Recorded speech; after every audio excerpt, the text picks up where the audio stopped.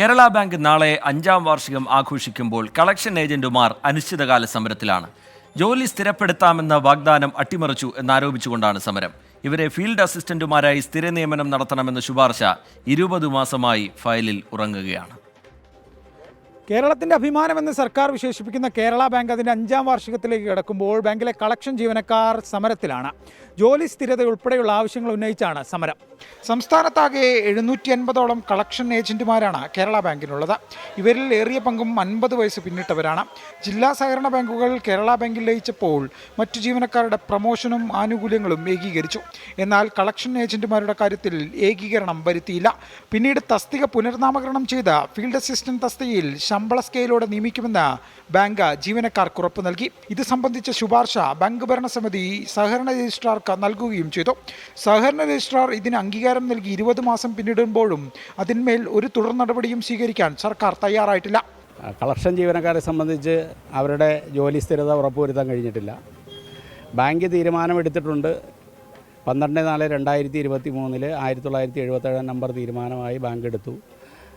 Collection ജീവനക്കാരെ field അസിസ്റ്റന്റുമാരായി നിയമിക്കുന്നതിന് വേണ്ടി നാളിതുവരെ ആ തീരുമാനം നടപ്പാക്കിയിട്ടില്ല. ഇപ്പോൾ 20 മാസമായി.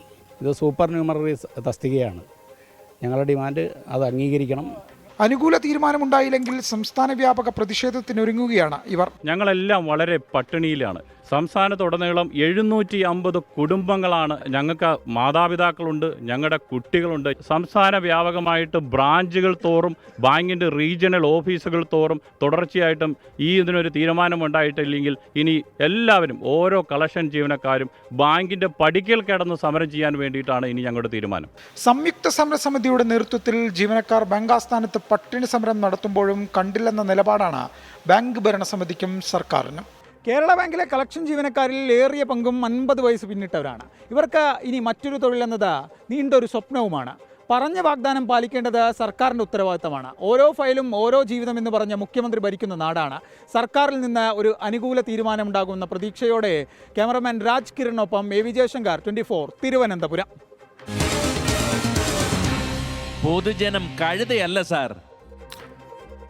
ഫീൽഡ് അസിസ്റ്റന്റുമാരായി ഇവർക്ക് സ്ഥിര നിയമനം നടത്തണം എന്നാണ് ശുപാർശ. സഹകരണ രജിസ്ട്രാർ അംഗീകാരം നൽകിയെങ്കിലും 20 മാസമായി ആ ഫയലിൽ അടയിരിക്കുകയാണ് ഉദ്യോഗസ്ഥർ എന്നുള്ളതാണ് പരാതി. എന്താണ് അതിന് പിന്നിൽ എന്നുള്ള കാര്യം അന്വേഷിക്കണം എന്നുള്ള ആവശ്യവും അവർ മുന്നോട്ട് വയ്ക്കുന്നുണ്ട്.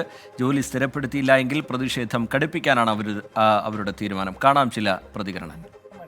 ജില്ലാ സഹകരണ ബാങ്കുകളെ യോജിപ്പിച്ചുകൊണ്ടാണ് ഈ കേരള ബാങ്ക് എന്ന് പറഞ്ഞ സംവിധാനം വന്നത്. അതിപ്പോൾ കേരള സ്റ്റേറ്റ് കോഓപ്പറേറ്റീവ് ബാങ്കിലാണ് ആദ്യമായി ലയനം നടന്നത്. ഇപ്പോൾ നിലവിൽ കേരള ബാങ്ക് എന്നുള്ള സംവിധാനത്തിൽ നിൽക്കുന്നുണ്ട്. അന്നേരം നമ്മുടെ തസ്തിക മാറ്റാതെ നമുക്ക് ഫീൽഡ് അസിസ്റ്റൻ്റ് എന്ന് പറഞ്ഞൊരു തസ്തിക തന്നിട്ടുണ്ട്.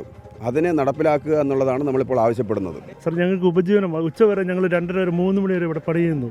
വളരെ കഷ്ടപ്പെട്ടാണ് എല്ലാവരും ചെയ്യുന്നത്. ഞങ്ങളെ ബേസിക് സ്ഥിരപ്പെടുത്തി ഞങ്ങൾക്ക് ശമ്പളം തരണം സാർ. അതാണ് ഇത്ര വർഷമായി, ഒത്തിരി വർഷം, 40 വർഷം പണിക്കാരാണ് ഞങ്ങൾ.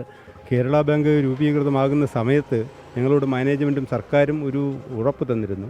ഈ കളക്ഷൻ ഏജൻറ്റുമാർ സംസ്ഥാനത്തിൻ്റെ 14 ജില്ലകളിലുമുള്ളവർ ഇന്ന് അവരുടെ കുടുംബങ്ങൾ വളരെയധികം ദയനീയാവസ്ഥയിലും പട്ടിണിയുമായ ഒരു സാഹചര്യത്തിലാണ് ഞങ്ങളിങ്ങനെ നിരന്തരമായ ഈ സമരങ്ങളുമായിട്ട് ഈ ബാങ്കിൻ്റെ മുന്നിൽ ഇപ്പോൾ എത്തിയിരിക്കുന്നത്. ഞങ്ങളുടെ ജീവിത രീതി ആകെ താറുമാറായിരിക്കുകയാണ്. ഞങ്ങളുടെ ജീവിത പ്രശ്നം എന്ന് പറഞ്ഞു കഴിഞ്ഞാൽ കളക്ഷൻ എടുത്ത് കിട്ടുന്ന ഒരു വരുമാനമായിരുന്നു.